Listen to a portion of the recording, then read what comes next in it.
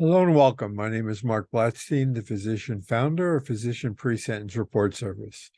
Today, I'm going to discuss your first day in federal prison. This is when it becomes very real. And preparation is going to be a common theme throughout all my YouTubes, throughout my entire website. And for transparency's sake, while I'm still a practicing physician, or I have my license is still active.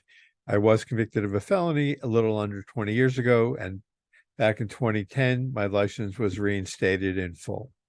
But I chose to transition over to working with all of you because I just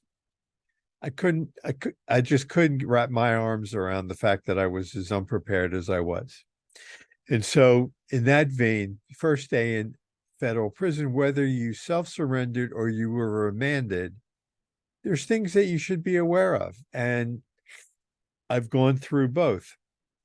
And the most unprepared I was when I entered one of the facilities and I was immediately put in isolation, in the hole, in the shoe, whatever you want to call it. I was just unprepared to be stuck in a cell, only to be told that I could be there for a month, that my paperwork wasn't there, and I didn't get it. And I just was beside myself. So first, let me start by saying is that your time in the Federal Bureau of Prisons will be temporary. You will be released at some point in time.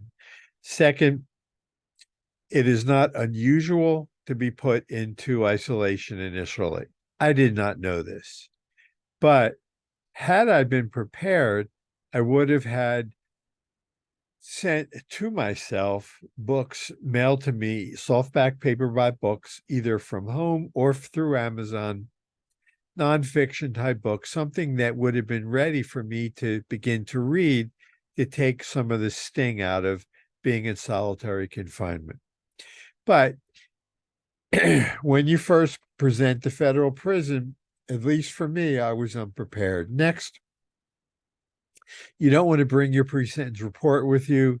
You don't want to, but you can bring legal mail. You can, if you have a large medical file, you can bring that in an envelope and put on the envelope legal mail. You can also bring a contact list with their names, address, phone number, email address, and you can put that in with your legal mail. You can bring, a wedding ring, but it can't be fancy. It can't be worth more than $100. You're not going to bring in a watch or any kind of jewelry of any kind. Any clothes you bring are going to be turned around and sent home.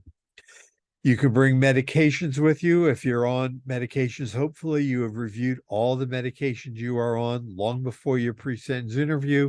And if there were any issues, that was brought up by yourself, the person who has helped you mitigate or reviewed with your attorney all of your issues that you had medical-wise, so that allotments have, that this was addressed before your pre-sentence interview.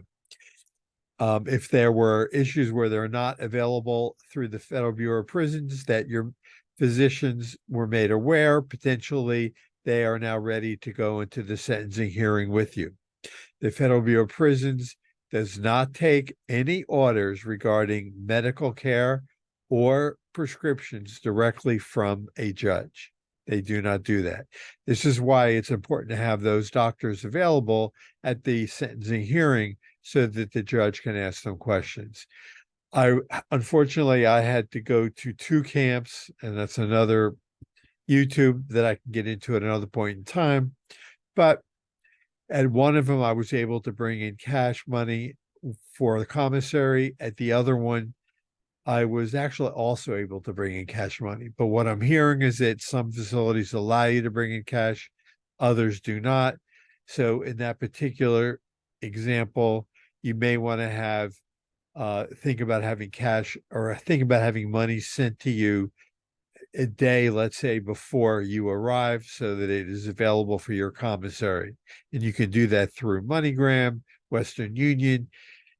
And how you do that is by, you know, the prison you're going to, so you can go online, you know, your prison number, go online and then find that prison, download their A&O admissions and orientation handbook, and then you can go search.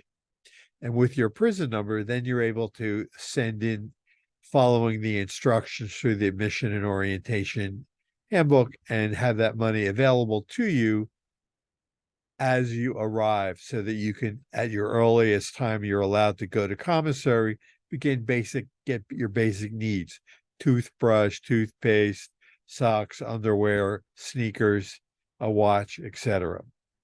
I hope you found this helpful.